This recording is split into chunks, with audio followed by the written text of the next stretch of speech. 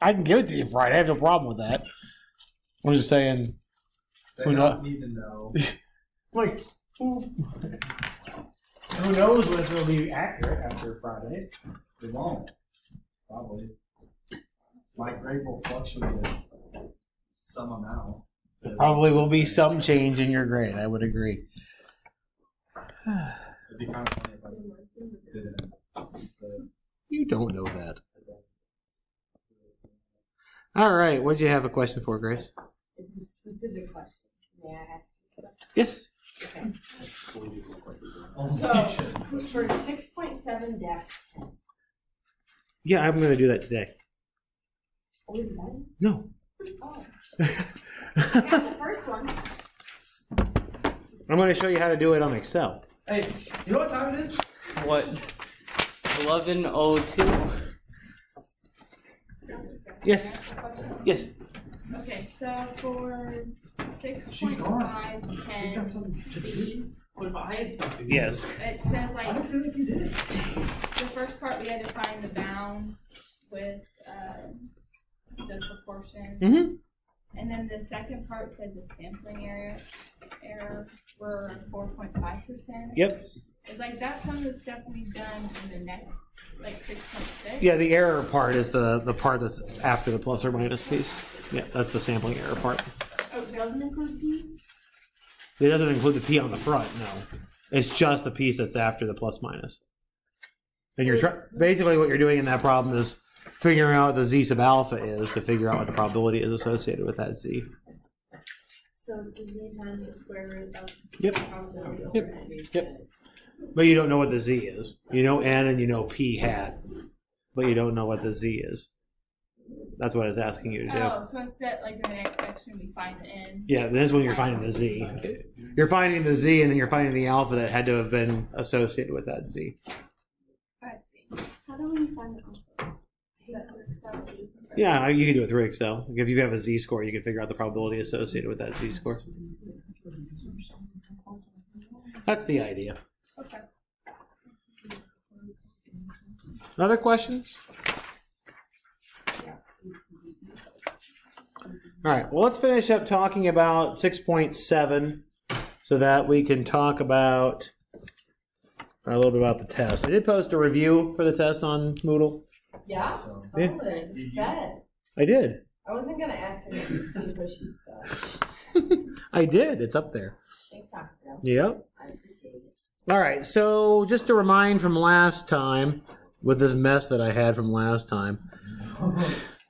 So that first part where it has the red circle around it again, this part up here. Remember that the y sub I, we're trying to find alphas and betas to model the y sub I. If we know the alpha and the beta, these are constants that we're picking.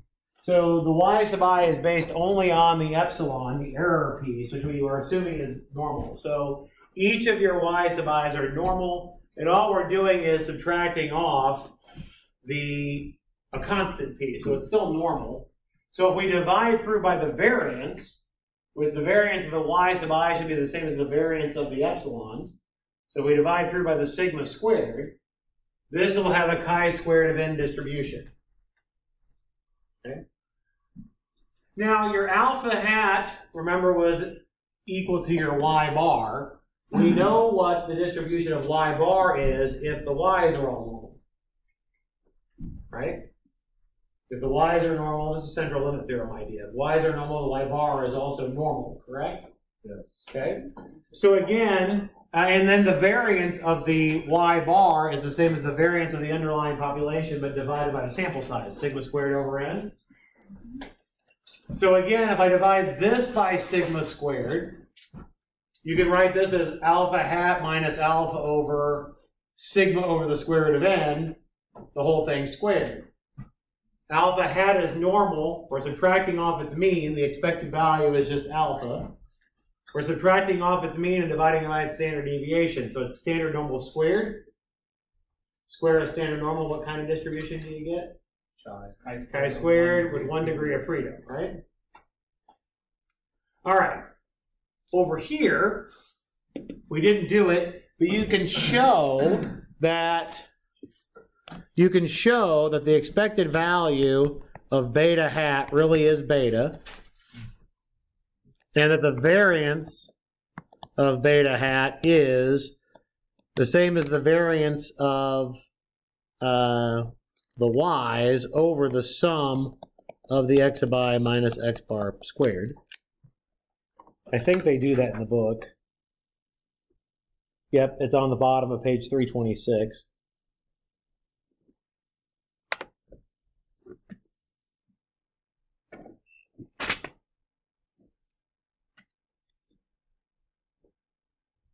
Okay. The important part of this piece, all I'm really going through is just trying to get the concept. I'm not going to expect you to reproduce this like I told you on Monday. I don't expect you to reproduce this. I am not recording, I don't think. I think I forgot to hit record. Oh, I am. Okay, never mind. You're in full screen mode. Yeah, I know. I thought I forgot to actually hit record. All right. Going back up here again, here's the part with the beta hat. Beta hat is normal. You can show that it's normal. This is its mean, or so we're subtracting off its mean. This part is in its variance in the denominator, right? So if I divide through here by sigma squared and move that to the denominator, I've got another standard normal squared.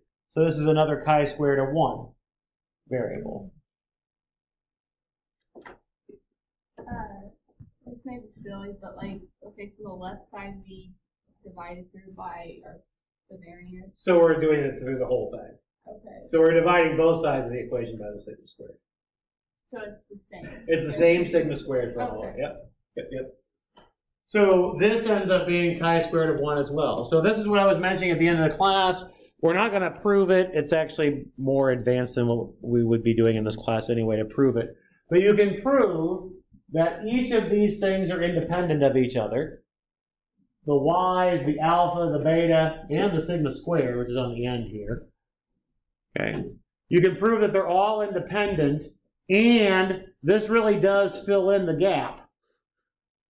What I mean by this is that this last piece here really is chi-squared of n minus 2. You've got chi-squared of n on the left.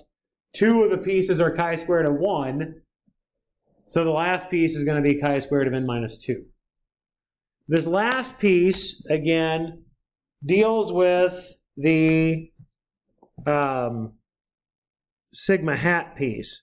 This part here is your sum of your y sub I minus alpha hat, that's an alpha, minus beta hat times x sub I minus x bar, that whole thing squared. That really is n times your sigma hat squared. So what that tells us is that your n times your sigma hat squared over n minus 2 is, oops, sorry, not over n minus 2, over sigma squared is chi-squared of n minus 2. I jumped ahead.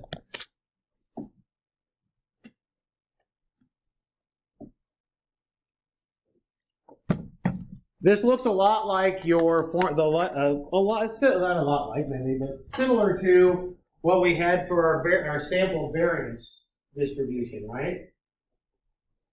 N minus 1 s squared over sigma squared is chi-squared of n minus 1. In the linear regression case, when we do n times sigma hat squared over sigma squared, we get chi-squared of n minus 2. Michael, I saw your hand up earlier. And then it'll say. So we're saying that the left side, the summation, is, we already know that that's chi-squared of n minus 2. With this, on the left-hand side of the original equation, these hats weren't there. Oh. It's the actual values of alpha and beta. This has the estimators for alpha and beta. Okay. That's the piece that's chi-squared of n minus 2 when we multiply by the appropriate constant. See? Well, what if our sample size? Then it doesn't do a lot of good to do linear regression because you have the equation of the line that goes through those 2 points. So you have no variance. There is no error. If you only have, that's what that is. If you have 2 points, then you know the line that goes through those 2 points with no error. which is exactly what that says. There would be no variance. That's what happens when you have 2 points. There is no variance.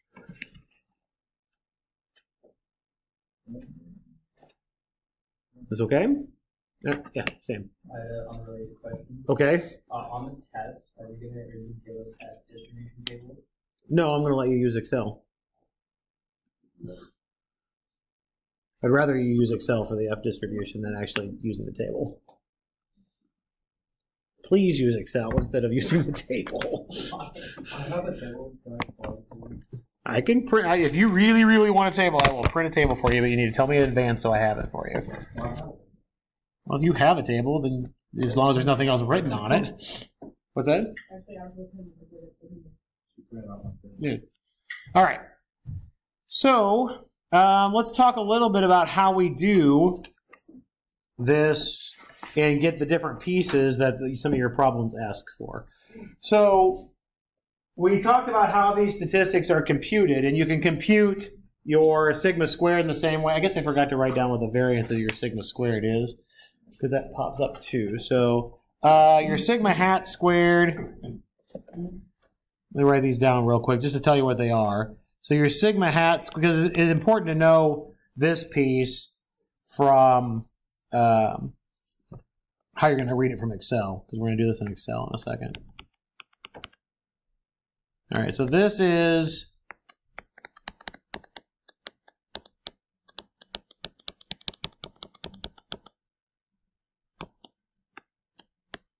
that's how you compute your sigma hat. Yes. Oh, man, I don't know why I wrote next. Thanks. I was so confused by that I didn't even realize what you were asking me until I looked back. Oh, yeah, I did write an X. All right. These pieces right here, that's inside your parentheses, inside the squaring, just that piece, these are referred to as the residuals.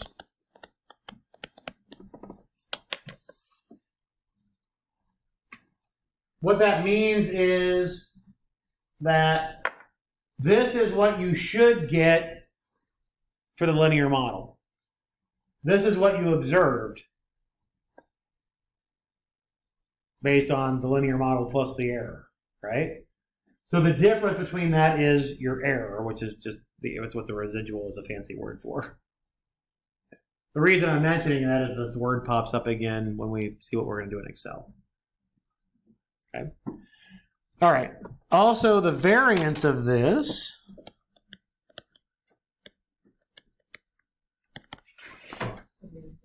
the variance of the variance. Let's see, I have it somewhere. Because you need this for the confidence interval. Well, it's chi-squared. I don't know if I need to know the variance of the variance. It's a chi-squared thing. Never mind. I don't even know if I know this or not.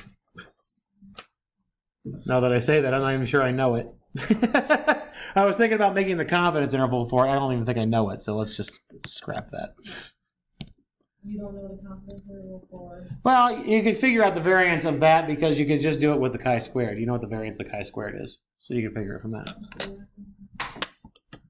It's 2r. It's 2 times the degrees of freedom. Question. Yes. Okay.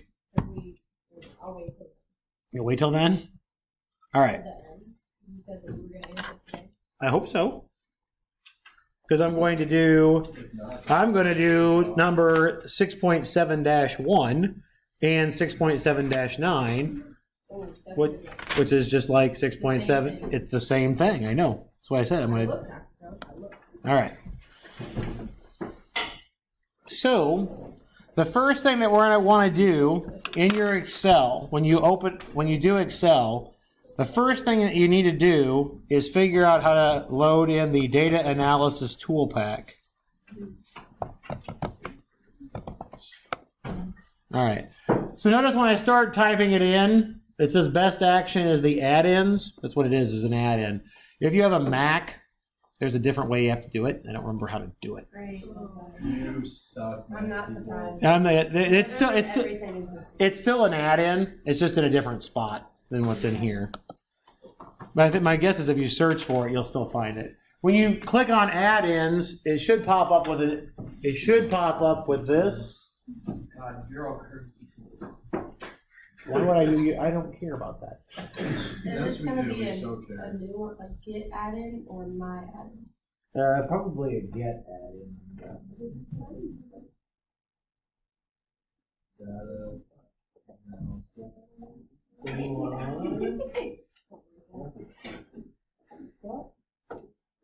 Just good type of data analysis. Where'd you leave it? Okay. Go find your laptop. I think I left it. That was one of the worst feelings ever.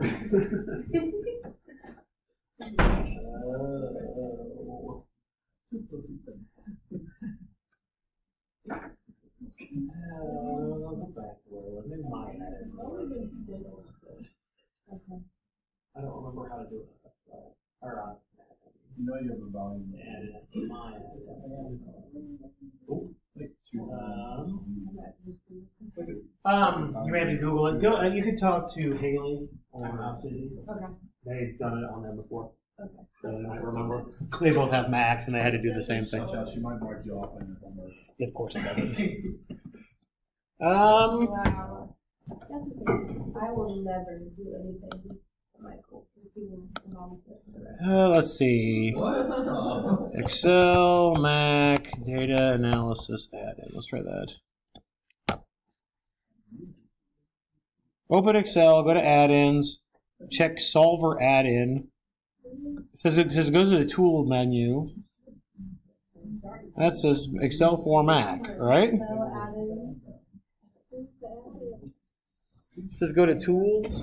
Did you go to Oh, tools? wait, I think I got it. Did you?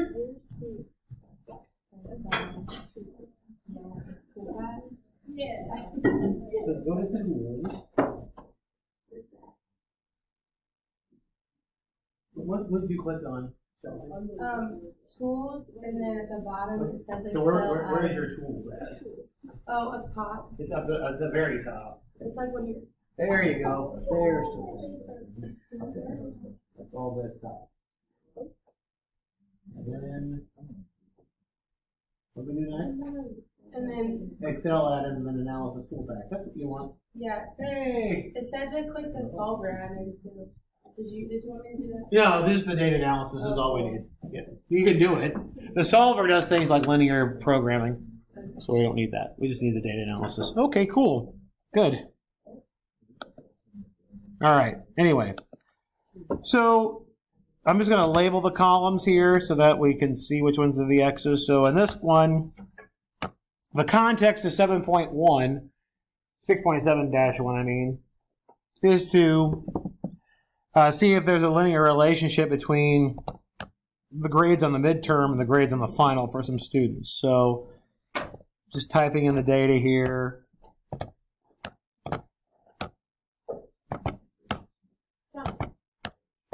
So those are the midterm grades, and these are the final grades. Wow. These kids are smart. I'd like to see these grades on my final. Same. Like math now. It's exactly like that. All right. What number is this? This is 6.7-1. It's on page 329. Yep. All right.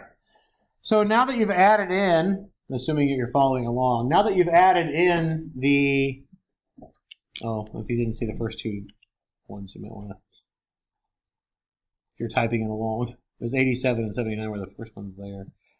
After you add in the data analysis toolpak, if you go to the data menu under Excel, you should see data analysis now at the right. Can you show us how to do that one more time? What'd you type in the search bar? I just typed in data analysis add-in, and then it just came up with add-in. Or I did it. Did you find it? I No. think it's hard to have it. So. Oh, okay. Let's hope so. If you're super duper worried about it, if she's working with students, she's in 420 right now. Okay. No, You can go up there and go see if she has it. If Did she's you check the snack room? A lot of times you put stuff like that in snack. okay. it's not there. I just started to, Yeah, this one is gone. well, anyway, this one says recently used actions there. Now, I literally just typed in data analysis, and then it just came in with best actions with tool that was add-ins, and just went there. And that way I don't have to remember where the heck it is. All right, so data analysis. We want to do, there's lots and lots of things. We're going to come back to this later, by the way, and do other things in this tool, in this analysis toolkit, so we're not just going to do this. You want to go down and go to regression. I clicked on data analysis, Regression. and then scroll down to regression. Sorry, I'm trying to write and look at what you're doing. And then hit OK, probably. Yeah, I probably need to hit OK. All right. So, first box is your Y range. So I just need to highlight the Y values. Okay. And then second box is X range. Same idea. Okay. You can get confidence intervals as well from that. I'm not worried about that right now because that's going to do the confidence intervals for your X's and your Y's, which I'm not as worried about right this second. We want to do output. You can open it in a new worksheet. I prefer to have it in the same worksheet. So I just clicked on output range, click back into the box here, and just click a cell. It doesn't matter where. I'm going to put it in D. Just start it in D1. Okay. That's it. Hit OK. And a whole bunch of crap's going to come out. Now there's more stuff that'll come out if you click off the different check boxes, but this is all we need for right now. All right, so this value right here, that's your alpha hat. I'm assuming one that's good thing. Down. Oh my god. Because it's the Y-intercept in the slope. So this isn't, I'm sorry, I lied. This isn't quite alpha hat. Because our alpha hat wasn't our Y-intercept because we took the beta was the beta times x of I minus x of I minus the x bars. Right? So it's not quite alpha hat, but it is the Y-intercept for your line. If you rearrange things, it's the Y-intercept for your line. Yes? Did you check residuals? Mm-mm. No. You didn't check them. I didn't check anything. Oh, checking the residuals will just put more stuff on your screen. We'll talk about the residuals later. I'm not worried about that right now. Sam? You'd have to find it from the stuff that you have. Because remember, your alpha plus beta times x of I minus x bar is in there. So you just have to figure out what it is from there. You can figure it out. You don't need to worry about it. But we know that it's the mean of the y. But we're just doing this from a slope and Y-intercept, which is what it's going to be. You can figure it out if you want to know, because it's just the mean of the y's. Is the one under it the exact value? It is the beta, yes. The 100 is beta.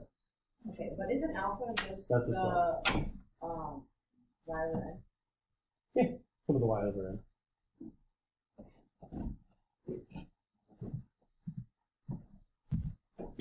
Alright, I was aiming high, I didn't want to hit. Morgan in the head. Yeah.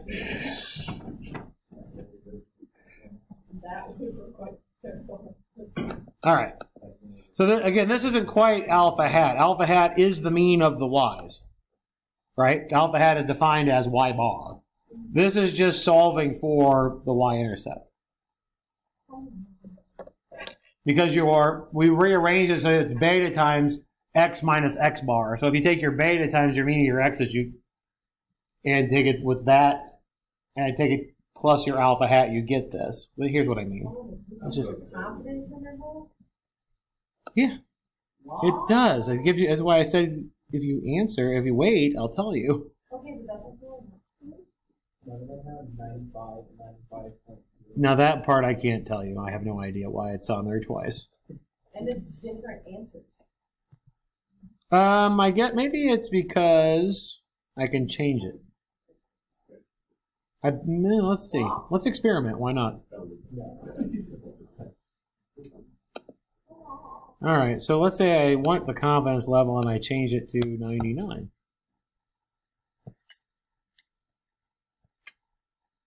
Well, there you go. And that's why.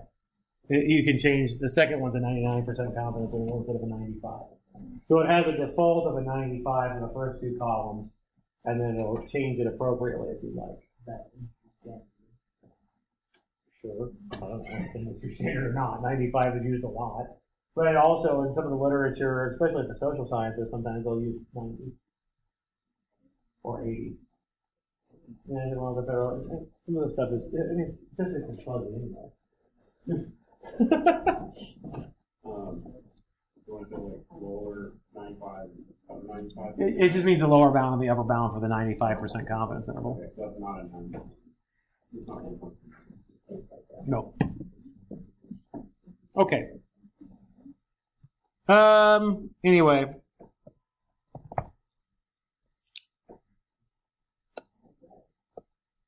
What stinks? Well, I forgot that we weren't done learning everything, so when I was doing the homework today, I was like doing it the long way. Mm-hmm. And it took me a long time to find beta, and I got it, and then I was just telling me all I have to do is the 3 buttons. Uh-huh. I'm kind of salty about it. Yeah. But I told you that we needed to I got the finish. right answer, so. I told you.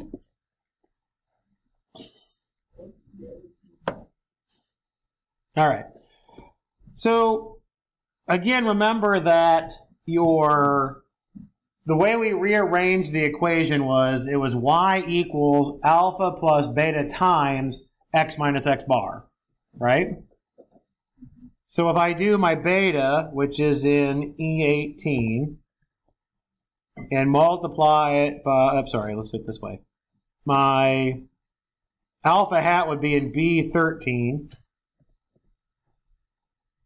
My beta is down in E18. And I would have to subtract off the x bar, which is in A13. There's where the alpha comes from. So this is your alpha hat. Alpha hat is the average of the y's.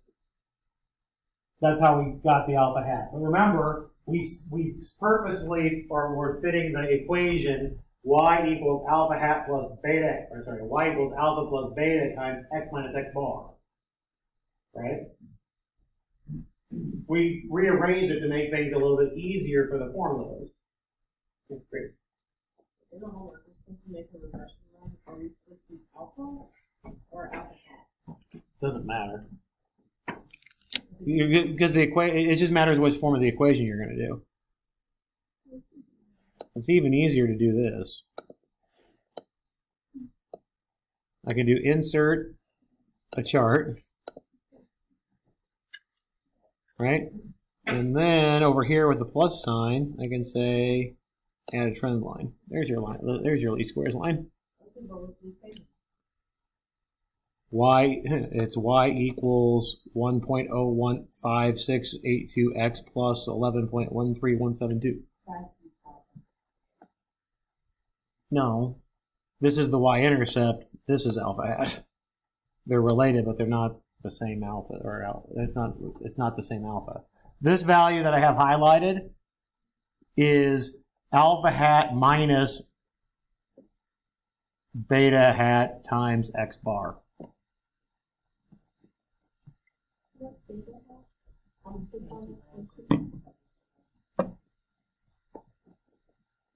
I'll say that again. I think on here,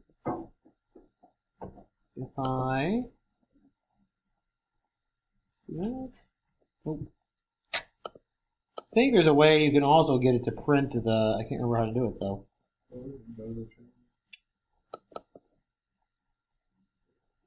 Display equation on a chart, thanks. That was it. There you go. There you go. There's the equation of the line. And put it on the chart. Yeah, Morgan. So what was it that you did underneath the name of the Y, the 11? What was that? So this is our alpha hat. Let me go back over to something to write on. All right. So remember that the equation we're looking at, oops, the equation we came up with is this.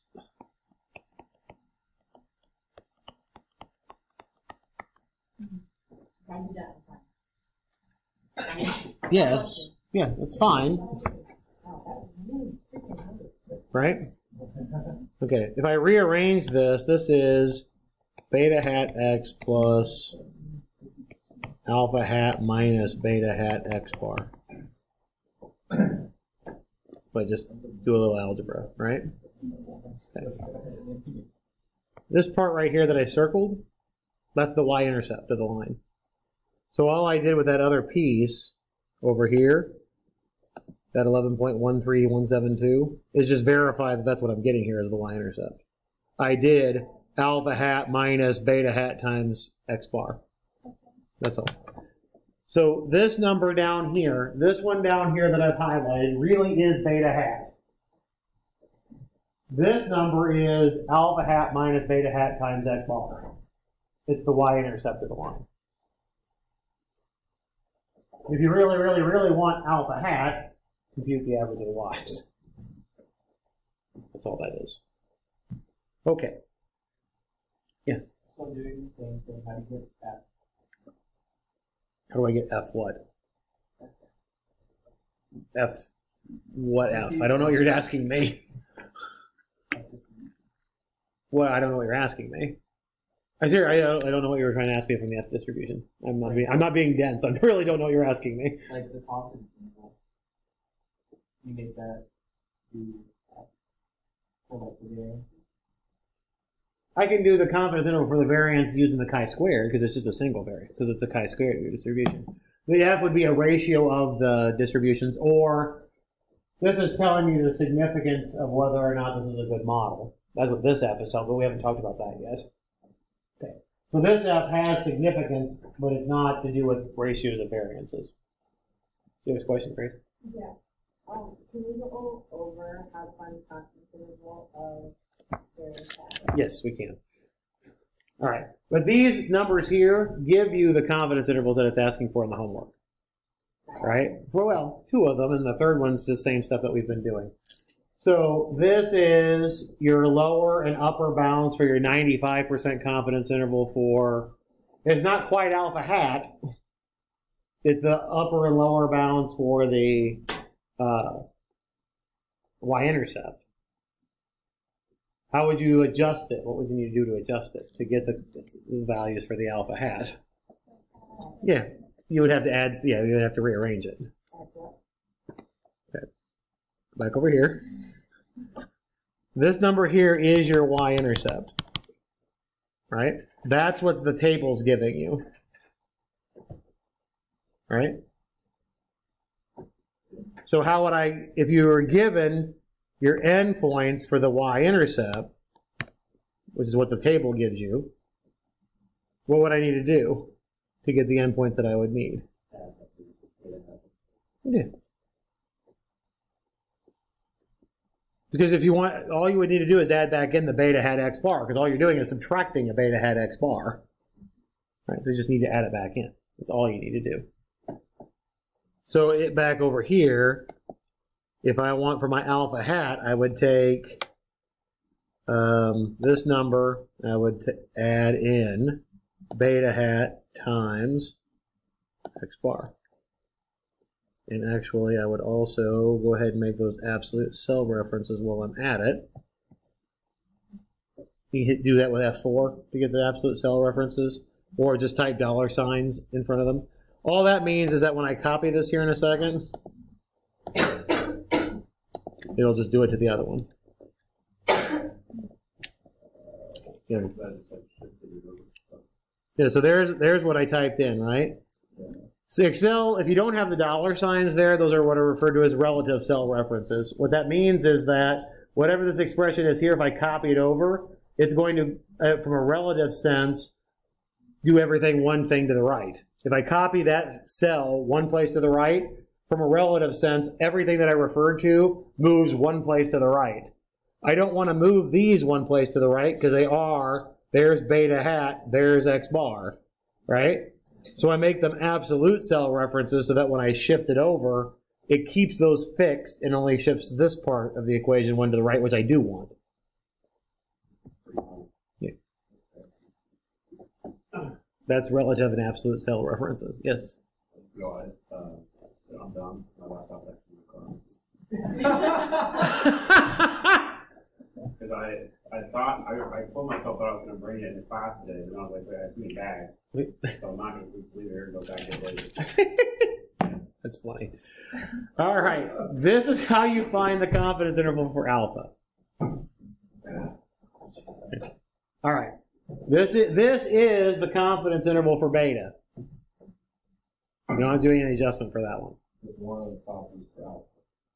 This one here is for alpha. This is, you had to use this to adjust to get the alpha. This is the confidence interval for the y-intercept. This is adding beta hat times x bar to get the one for alpha. Yes. So are we using like alpha and alpha hat kind of interchangeably for the confidence interval? The alpha is the alpha hat is what we're using for the estimate. The alpha is what we're trying to estimate. Okay. So, yeah. Okay. All right. Now for your confidence interval for your sigma. This part right here,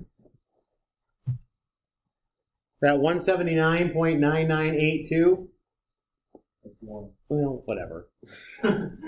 This is the numerator of the equation for your sigma hat squared.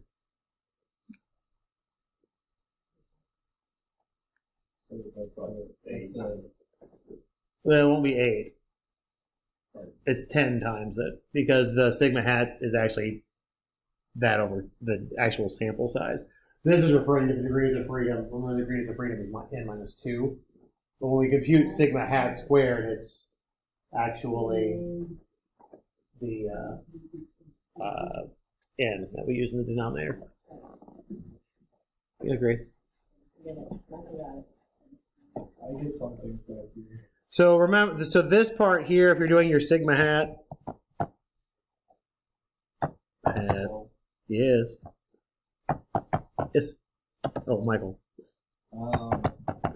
So the 179, that's the numerator for n times sigma hat squared. This part? Yes. Yes. Yeah, that's what I'm doing. I'm taking that. I'm going to take that divided by 10 to give me the sigma hat squared. Because sigma hat is the sum divided by the actual number of things in the sample. Okay. Okay. So that's our.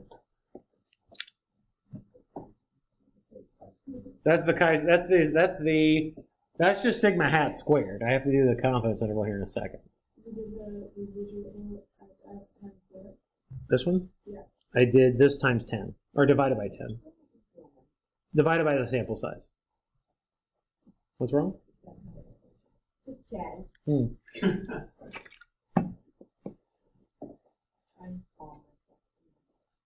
That's hard to do. All right, so if you want a confidence interval for your sigma squared, what do we have to use? Let's go back over here. We know that n sigma hat squared over n minus 2, or did I do that backwards? I'm sorry. I did it really backwards. This is chi squared of n minus 2, right? Okay. So what are we going to need to do to figure out a confidence interval for that? I want sigma squared in between two values. So you do this the same way we did with the s squared, using the sample variance to figure out a confidence interval for the population variance. You'll have this in between two chi squared values.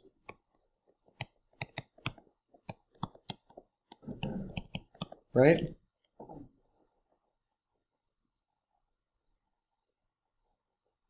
When we're doing this for the variance? This, yeah. Oh, alpha's a bad letter, isn't it? Use that. Now the book uses a gamma.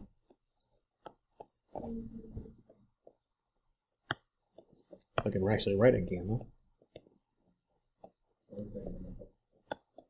Yeah, it looks ugly, I know. Here we go.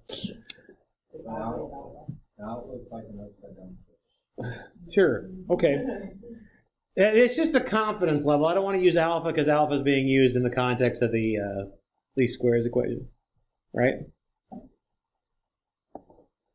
So what would I need to do? What am I trying to put in the middle? The sigma squared, right?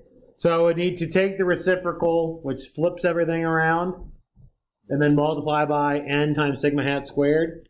So you'll get your sigma squared is in between an n sigma hat squared over chi squared of gamma over 2, n minus 2, and then n sigma hat squared over chi squared of 1 minus gamma over 2, n minus 2. Which notice that the n times sigma hat squared is just that sum of the sum of the square residuals piece.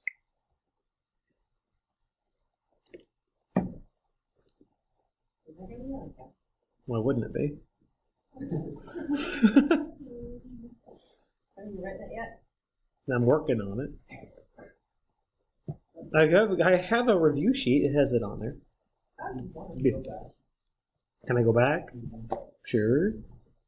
I was going to show you how to get the actual numbers.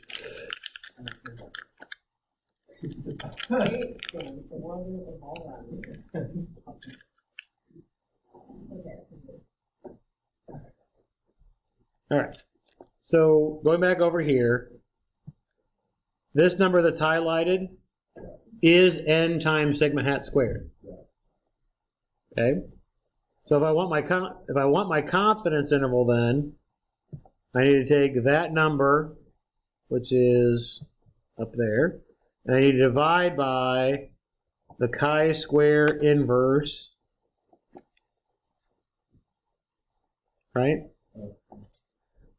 We need the bigger chi-squared value on the left because we're dividing, correct? So I'm going to use the right tail one for this one.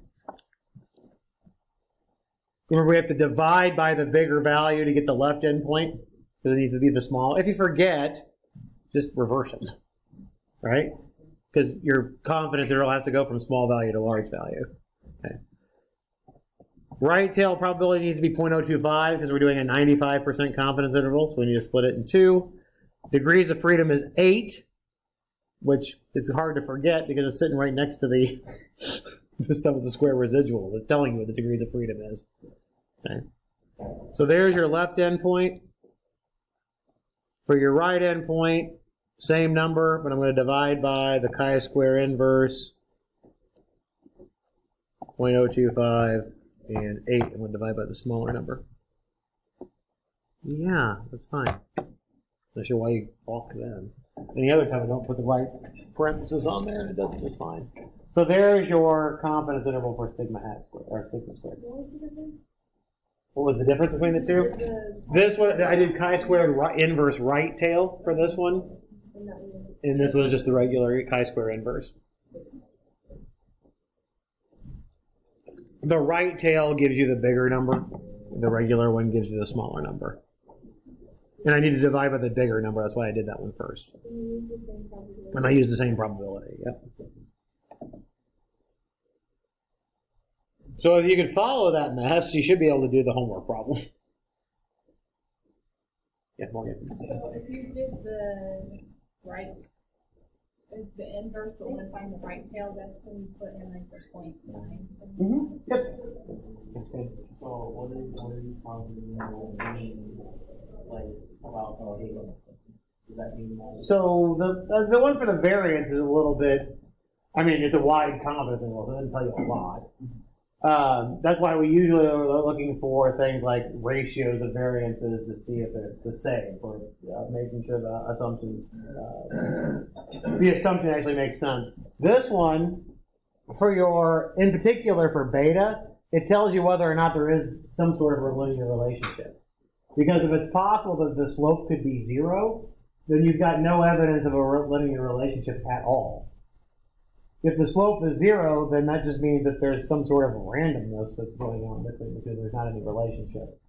So that's what we would use the confidence interval in that standpoint, which is also what the F-test is telling you. The F-test becomes more important. Since we have a confidence interval for the beta, the F-test becomes more important when you're doing multiple regression. Because you want to say there's at least one of the variables that's telling me some information about the output. As far as this goes, the F-test is not telling me much. I mean, it's still doing it, but I can see it from the confidence interval for the beta. And then like from that one that there's the chance that the one on the right is better grades or something. Yeah. Yeah, because the slope's positive.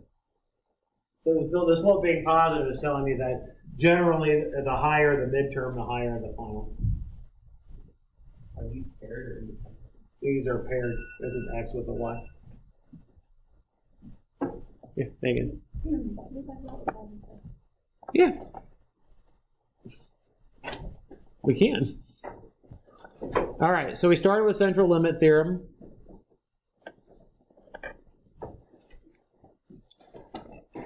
And then, what do we talk about after that? We talked about maximum likelihood estimators, so you need to know how to find those. And we talked about how to do method of moments to figure out a value for an estimator as well. No, that's when you set the, well, you would only have to use an integral if you weren't given the mean for the distribution. But the method of moments says that you equate your theoretical moment with your sample moment. So if you know what the population is supposed to be, the population mean is supposed to be, you would set it equal to the sample mean, and then you just solve the population parameter.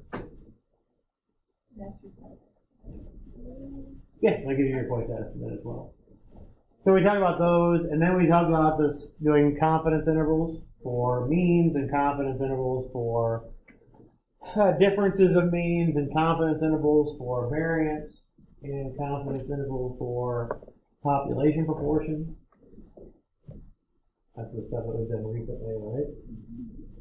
And estimating sample size. What sample size you need to get a certain margin of error. That's in this homework. And then literally being able to do this idea with the linear regression. Can you read this stuff off of here? Now, another thing that you do need to know for the test is the idea of these relationships for the different distributions. What I mean, for example, if you square a standard normal, you get A.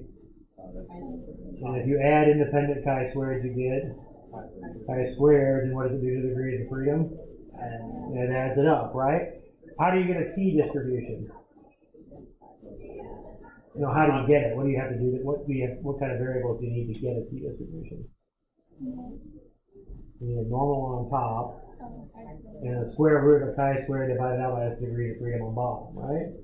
How do you get an f distribution? Q ratio 2 chi-squared with their degrees of freedom being divided out. When we get the data distribution, we won't. We don't need it. We won't do Weigel or inverse exponential or log normal or Pareto or any of those. that sounds like a lot. If you need it, you'll do it later. You don't need it for here. Okay. So besides the computational types of problems, you want to make sure that you understand those types of relationships. So how do you, what do you square a standard normal, you get a chi-square. How do you get a t? How do you get an f? There's an example of a type of problem that I would expect you know how to do on the review sheet. With that kind of idea. Did you star that one? You'll know what I'm talking about when you see it. How long is it? How long is the test? No, the review. I think it's like 8 problems on maybe? 7 or 8? So, Do you 4 expect that problems everyone will on the finish test? in 2 hours? Yes. And it's not like probability where you're going to go for 3 hours? No. You should be able to get that in 2 hours. Much of it is computational. You just find the computations. So if you remember your formulas, be able to do the computations, and are comfortable using Excel, you should be able to get it done quickly.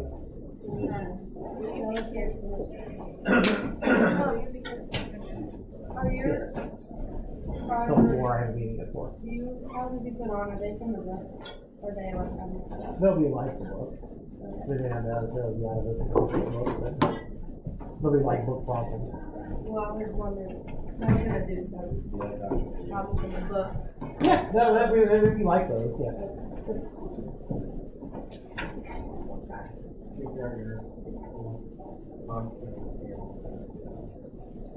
I was just so frustrated.